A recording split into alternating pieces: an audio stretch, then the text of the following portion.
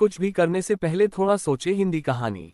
हिंदी प्रेरणादायक कहानी। एक युवक ने शादी के कुछ साल बाद पिता से कहा कि वह विदेश जाकर व्यापार करना चाहता है। पिता ने उसकी मंजूरी दे दी। युवक अपने माँ बाप और गर्भवती पत्नी को छोड़कर व्यापार करने विदेश चला गया। उसने विदेश में कड़ी मेहनत की और धन कमाया और वह बहुत अमीर सेठ बन गया। लगभग 15 वर्ष धन कमाने में बीत गए तो उसे वापस घर लौटने की इच्छा हुई। पत्नी को पत्र लिखकर उसने आने की सूचना दी और जहाज में बैठ गया। वह सेठ कुछ दिनों बाद अपने नगर पहुंचा। नगर के एक चौराहे पर ही उसने देखा कि एक व्यक्ति एक बोर्ड के साथ खड़ा था। उस बोर्ड पर उसने लिख रखा था बेशकीमती ज्ञान के सूत्र।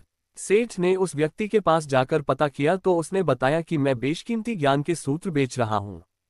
तो सेठ बोला, ठीक है, एक सूत्र मुझे भी दे दो।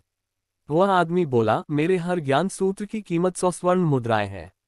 सेठ को ये सौदा महंगा तो लगा लेकिन उसने एक ज्ञान सूत्र खरीद लिया। उस व्यक्ति ने सेठ को ज्ञान का सूत्र दिया, कोई भी कार्य करने से पहले 2 मिनट रुककर सोच लेना। सेठ ने वह सूत्र अपनी डायरी में लिख लिया। सेठ को अपने घर पहुंचते पहुंचते रात हो गई।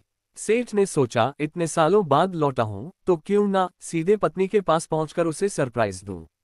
घर के चौकीदारों को इशारों से अंदर कुछ भी कहने से मना कर दिया और सीधे पत्नी के कमरे में गया। वहां का नजारा देखकर वह चौंक गया। उसने देखा कि उसकी पत्नी के साथ एक युवक सोया हुआ था।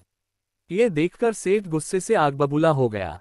वह सोचने लगा कि मैं परदेश में उसकी चिंता करता रहा और यह यहाँ अन्य पुरुष के साथ सो रही है। आज मैं इन दोनों को जिंदा नहीं छोड़ूंगा। वह गुस्से से अपनी तलवार निकालकर दोनों पर वार करने ही जा रहा था। इतने में उसे 100 स्वर्ण मुद्राओं के बदले जो ज्ञान सूत्र खरीदा था उसकी याद गई कि कुछ भी कार्य करने से पहले 2 मिनट सोच ले। वह 2 मिनट सोचने के लिए रुका।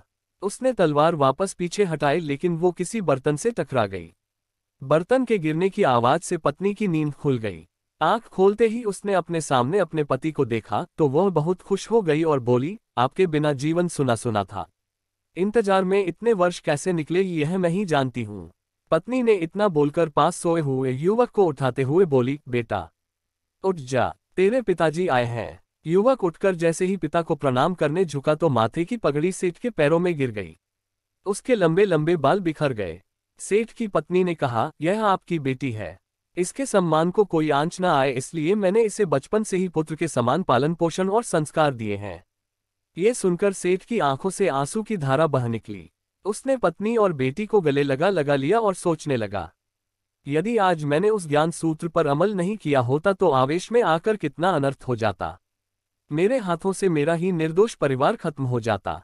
शिक्षा मॉरल। दोस्तों, इस कहानी से यही शिक्षा मिलती है कि जल्दबाजी में आकर कोई निर्णय न लेवे, क्योंकि जब हम आवेश में होते हैं तो हमें अच्छे बुरे का ख्याल नहीं रहता है। इसलिए गुस्सा होने की स्थिति में कोई भी निर्णय ना लें। कुछ देर रुके और दिमाग ठंडा होने दें और फिर सोचे कि क्या सही है, क्या गलत है।